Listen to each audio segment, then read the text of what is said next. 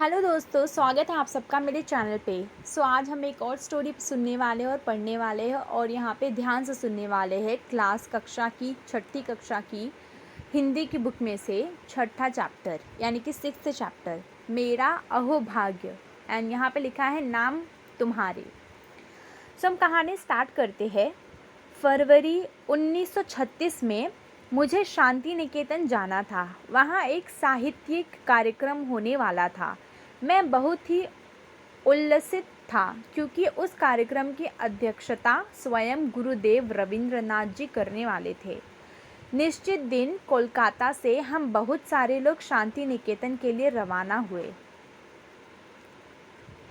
लगभग 1 दर्जन हिंदी वालों का यह दल शांति निकेतन के सुंदर अतिथि भवन में ठहराया गया। यह अतिथि भवन अशोक वृक्षों के सघन उपवन के बीचों बीच बनाया गया था। बहुत ही सुंदर, बड़ी और अच्छी इमारत थी वह। जैसा सोचा था वैसा ही पाया। ऊपर की मंजिल के एक कमरे में हमें ठहराया गया। कमरे के बाहर एक विस्तृत बरामदा था। बरामदे में खड़े होकर अगर बाहर देखा जाए तो सामने ही सघन बकुल वृक्ष दिखाई देते थे।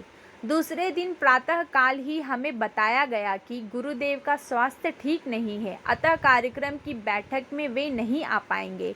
मैं बहुत निराश हो गया। तथापि हमें जब यह मालूम पड़ा कि उनके डॉक्टर ने हम लोगों को केवल 15 मिनटों का समय दिया है, जिसमें गुरुदेव के दर्शन तथा उनके साथ संक्षिप्त वार्तालाप भी हो सकता है, तब हमारी खुशी का ठिकाना न रहा।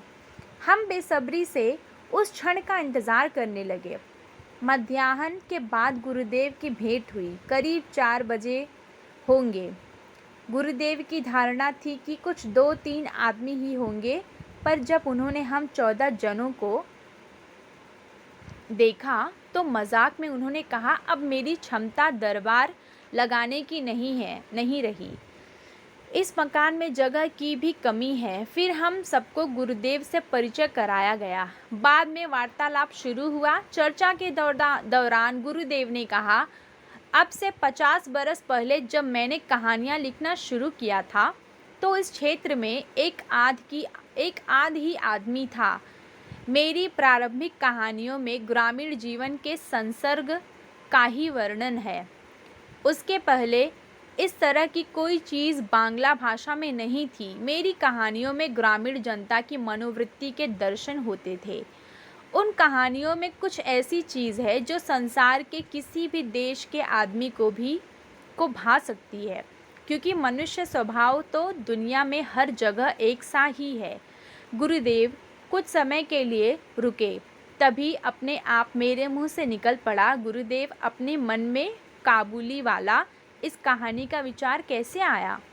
यह लोकप्रिय कहानी देश के सभी भाषाओं के सभी बच्चों को बहुत ही प्यारी लगती है। गुरुदेव बोले, वह कहानी कल्पना की सृष्टि है। एक काबुली वाला था, वह हमारे यहाँ आता था और हम सब उससे बहुत परिचित हो गए थे। मैंने सोचा उसकी भी एक छोटी लड़की होगी और जिसकी वह याद किया करता होगा।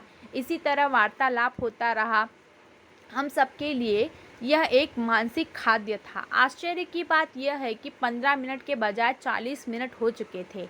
अब गुरुदेव उठे, चल पड़े। जाते जाते उन्होंने कहा, जब मैं ऐसे किसी वार्तालाप के लिए कम समय देता हूँ तब मेरी वह बात सचमुच ठीक ना मानिएगा, क्योंकि मुझे स्वयं लोगों से बातचीत करने में आनंद आता है।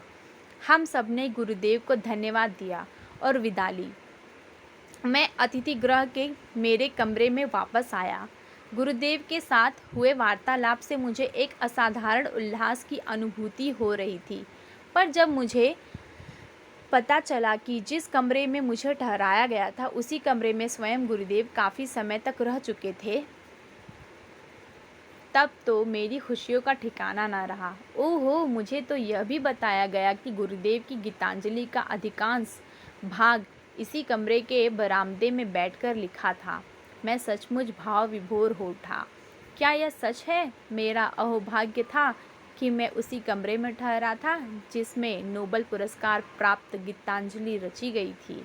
तो इस कहानी से नॉर्मल ये है कि अगर कोई बड़ा इंसान होता है तो अगर हमें भी सेम चीज़ें, सेम सिचुएशन फ़ील करने मिलती है तो हमको बहुत ही खुशी मिलती है। जैसे कि वो गुरुदेव ने वहाँ पे गीतांजलि रची थी, उसी जगह पे अगर वो इंसान भी गया तो उसको एक खुद में बहुत बड़ा फ़ील हो रहा था। So thank you so much guys, ये इसकी कहानी थी। अगर कहानी पसंद आए या फिर कुछ चेंजेस करना हो तो आप मुझे कमेंट सेक्शन में बता सकते हो। Thank you so much.